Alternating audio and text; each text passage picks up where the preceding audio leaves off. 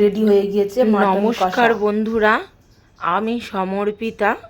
প্রতিদিনের মতো মাটন কষা রেডি হয়ে গিয়েছে। কেমন হয়েছে অবশ্যই জানাবেন। ভিডিওটা আর একটু যদি লং ফুল ভিডিও কিন্তু আপনারা দারুণ দেখতে চান সুস্বাদু আমি দিয়ে দেব টেস্টি মাটন কষার রেসিপি। একদম পুরো কষা কষা ভিডিওটা দেখবেন, মাটন আশা করি রেসিপি। আপনাদের ভালোই লাগবে। চলুন, আমি এখানে 700 গ্রামের মতো মাটন নিয়ে নিয়েছি। কড়া অলরেডি বসিয়ে দিয়েছি, গরম হয়ে গিয়েছে। দেখুন, ওর মধ্যে আমি দিয়ে দেবো দুটো তেজপাতা। তেজপাতাটা ফোড়ন হিসাবে আমি ব্যবহার করছি। এবার আমি এর মধ্যে দিয়ে দেবো পেঁয়াজ কুচনো। পেঁয়াজ কুচনোটা একটু আমি ভাজা ভাজা করে নেব। একটু বন্ধুরা সতে দেখাচ্ছি, যাতে পুরো দেখাবো আমি, কোনো অসুবিধা নেই। পেঁয়াজটা একটু ভাজা ভাজা করে নিয়ে এর মধ্যে দিয়ে দিচ্ছি টমেটো কুচনো। টমেটো কুচনো দিয়ে একটু কষিয়ে এইভাবে একবার বানিয়ে দেখবেন বন্ধুরা, দারুণ সুস্বাদু হয় মাটন। এটা আমি মাটন বিরিয়ানিতেও ব্যবহার করেছি। কীভাবে আপনারা বিরিয়ানি বানাবেন মাটন সেটাও আমি বলে দেব। এইভাবে একবার মাটন বানিয়ে দেখবেন। এবার আমি আদা রসুন আর কাঁচা লঙ্কার পেস্ট দেব। আমি এখানে 700 গ্রামের মতো মাটন নিয়েছি, সেই পরিমাণে আমি আদা রসুন পেস্ট দিচ্ছি। আমি মাটনে একটু আদা রসুন পেস্টটা বেশি দিই। দিয়ে একটু ভালো করে আমি আবার কষিয়ে নিই।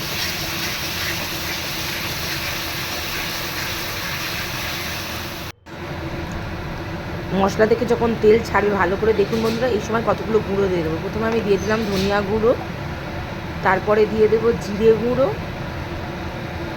এটা জিরে গুঁড়ো ছোটো স্পুনের 1 স্পুন করে দিচ্ছি আমি জিরে গুঁড়ো, ধনে গুঁড়ো।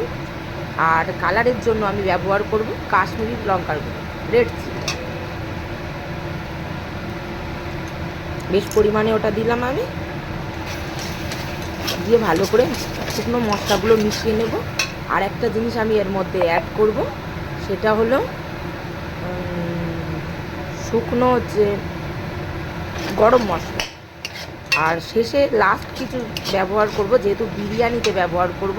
এই মাটনটা আপনারা নর্মাল সাদা ভাতেও খেতে পারেন, আবার বিরিয়ানিতেও ব্যবহার করতে পারেন। দারুণ টেস্টি হয় বন্ধুরা। এইভাবে মশলাটাকে প্রথম কষিয়ে নিলে দারুণ টেস্ট আসে। এবার আমি পরিমাণ মতো দিয়ে দিলাম হলুদ গুঁড়ো। আমি ঠিক যেমনভাবে দেখাচ্ছি, যারা জানেন তারা তো জানেন, যারা নতুন ভাবছেন মাটন করবেন তারা এইভাবে একবার দেখতে পারেন, দারুণ টেস্ট হয় বন্ধুরা। মশলাটা দেখুন পুরো মজে গেছে। এই সময় আমি দিয়ে দিচ্ছি গরম মশলাগুলো, গুঁড়ো 1/2 চামচের মতো দিয়ে দিচ্ছি গরম মশলাগুলো। দিয়ে আবার ভালো করে মিক্স করবো। মিশিয়ে নিয়ে এর মধ্যে আমি দিয়ে দেব মাটনটা। মাটনটা অবশ্যই কিন্তু আগে থেকে আমি ধুয়ে জল ঝরিয়ে রাখবেন বন্ধুরা। চেষ্টা করবেন টাটকা মাটন এনে রান্না করা, তাহলে সুস্বাদু হয়। আমি কিন্তু কোনো প্রেশার কুকার ব্যবহার করব না। ভালো করে দেখুন, এইভাবে ভালো করে কিন্তু কষিয়ে নিতে হবে। আমি কোনো প্রেশার কুকার করব না, আমি গরম জল করে রাখবো। পাশে গরম জল বসিয়ে দিয়েছি, দেখুন জলটা গরম হয়ে গিয়েছে। এই জল কম কম করে একটু একটু করে দেবো আর কষাতে থাকবো, যাতে আমার মশলাটা জ্বলে না যায়। দেখুন আমি একটু একটু করে দিচ্ছি আর কষাচ্ছি। এইভাবে প্রায় আমি 1 ঘন্টার কাছাকাছি কিন্তু মাটনটাকে কষিয়েছি। টাইমটা বলে দিলাম, 45 মিনিট থেকে 1 ঘন্টা পারলে এটাকে কষাবেন, তাহলে দারুণ টেস্ট হয় বন্ধুরা। বাড়ির লোকেরা অবশ্যই বলবে যে দারুণ হয়েছে। এবার এটাকে আমি জল দিয়ে দেবো, দিয়ে ঢেকে দেবো। ঢেকে দিয়েছি, দেখুন জল দেওয়ার পর পাশে যে মশলাগুলো থাকে ওটাকে খুন্তি দিয়ে ভালো করে, যাতে মশলাটা উপরে আটকে না থাকে, লেগে না থাকে, তার জন্য আমি খুন্তি দিয়ে ঘুরিয়ে ওটাকে ভিতরে দিয়ে দিচ্ছি। দেখুন ফুটন্ত এইভাবে আমি সিদ্ধ করে নিয়েছি, কিন্তু এই ঢাকা ঢাকা দিয়েই পুরো সিদ্ধ করব। পুরো মাটনটা আমি কিন্তু ঢাকা দিয়েই করব।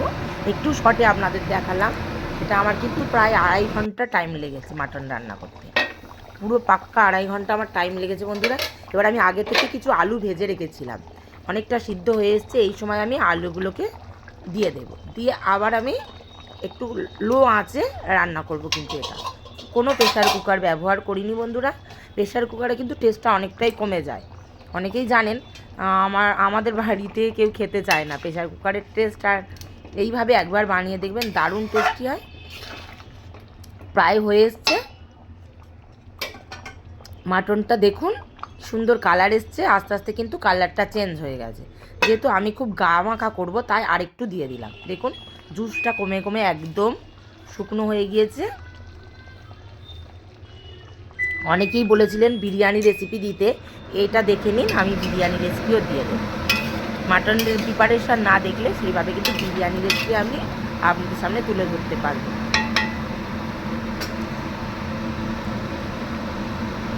প্রায় হয়ে এসছে দেখুন। এই সময় আমি দিয়ে দিচ্ছি বিরিয়ানি মশলা।